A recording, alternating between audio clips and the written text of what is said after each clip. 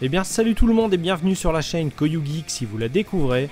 Et aujourd'hui ça y est, enfin, le grand retour de la VR sur la chaîne. Et ça franchement ça me fait super plaisir.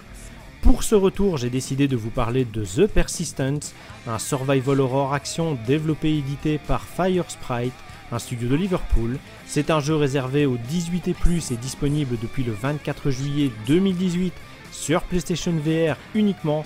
Mais il faut savoir que l'on parle ici d'une exclusivité temporaire, normalement pour un an. Vous pourrez le trouver au prix de 29,99€ sur le PlayStation Store, mais attention, vous le trouverez également en format physique pour 24,99€, qui est d'ailleurs la version que j'ai prise, et donc une fois de plus, encore un jeu plus cher en version démat qu'en version boîte. Décidément, je ne comprendrai jamais rien à cette politique de prix.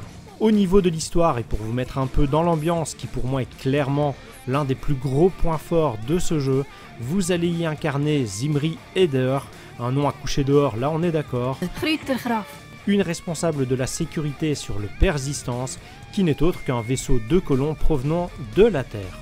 Mais vous vous en doutez, votre réveil ne sera pas de tout repos, jeu de mots. Ramuncho. Merci Ramuncho, car vous vous réveillez dans une grosse machine capable de créer des clones humains à partir de simples brins d'ADN, et vous allez alors pouvoir découvrir que votre voyage a été interrompu suite au passage à proximité d'un trou noir. La mer noire. Non, j'ai dit un trou noir. C'est la mer noire? Un trou noir, c'est pas compliqué à comprendre quand même. C'est la mer noire. Ok, je laisse tomber. Celui-ci, en plus de mettre le vaisseau en péril, notamment avec sa forte attraction, a complètement fait bugger la plupart des machines de clonage du vaisseau, qui ont alors commencé à créer des clones de l'équipage, mais en version zombie, berserkers ou encore d'autres types de personnages peu ragoûtants et peu accueillants.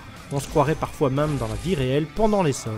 Vous êtes d'ailleurs vous-même un de ces clones, mais je vous rassure, cette fois la machine a bien fait son travail et votre rôle sera de réactiver le Persistence et de programmer votre retour sur votre chère planète Terre. Cette fameuse machine de clonage sera aussi votre point de réapparition après chaque mort. Et vous pouvez me croire, vous allez mourir un bon nombre de fois dans ce jeu, surtout dans les débuts. En effet, le personnage incarné n'est pas une machine de guerre et dispose au départ d'un simple extracteur de cellules souches qui vous permettra tout de même de tuer par derrière vous avez invité un copain ou quoi? Certains ennemis, tout en leur prélevant ces fameuses cellules qui vous seront très utiles par la suite.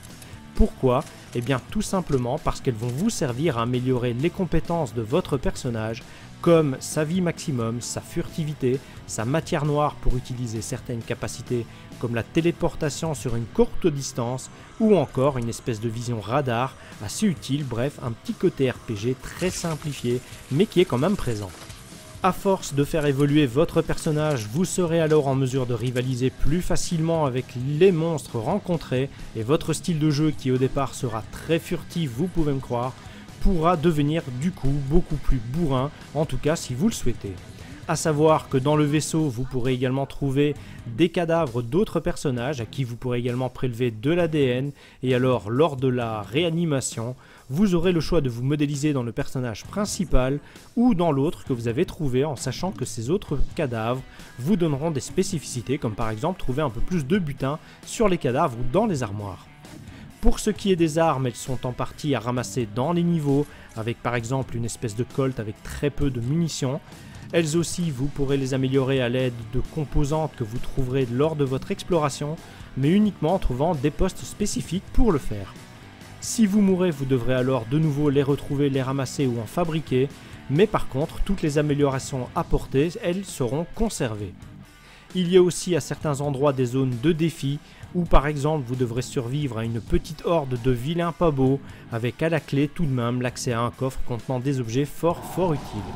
Une chose que j'ai trouvé juste géniale, c'est que les niveaux du vaisseau sont générés de manière procédurale, c'est-à-dire qu'à chaque fois que vous utiliserez un téléporteur, l'agencement de toute la carte changera, ce qui ajoutera un peu de variété dans la manière d'aborder vos parties et les niveaux, car franchement le style de ce que j'ai pu voir au niveau esthétique est assez peu varié. Au niveau du gameplay, le jeu est jouable uniquement à la manette DualShock, donc rangez-moi tout de suite ce PS Move et le N-Controller, ce qui j'avoue au début m'avait un peu refroidi, car je me suis dit bon ben voilà, on va encore perdre en immersion, et en fait pas du tout. Cette jouabilité est vraiment super plaisante, on se croirait dans un FPS en VR, ça fonctionne super bien et je pense même avec du recul qu'une jouabilité au PS Move aurait franchement gâché l'expérience de jeu, un peu comme c'était le cas sur Skyrim VR. L'esthétique est quant à elle correcte pour du PSVR, rien de vraiment très waouh, même si vous serez très souvent dans des endroits assez sombres. En plus, ce côté sombre et peu accueillant va super bien avec l'ambiance sonore de ce titre.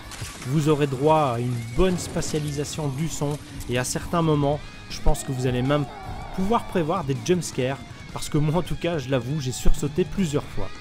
Un truc assez sympathique si jamais vous avez l'occasion d'être 2 joueurs, c'est que vous pouvez installer une application iOS ou Android afin que le deuxième joueur participe à votre expérience de jeu avec sa tablette ou son téléphone en essayant de vous aider en attirant des ennemis, en ouvrant des portes ou des trucs de ce style. Ça a l'air excellent sur le papier mais malheureusement je n'ai pas encore eu l'occasion de tester cette partie. Au niveau du motion sickness, je dois dire que les développeurs ont mis à disposition toute une série d'options qui vous permettront d'atténuer cet effet désagréable pour certains, mais ils ont également pensé pour des joueurs comme moi qui supportent très bien cette technologie, eh bien on a enfin la possibilité dans un jeu de tout désactiver.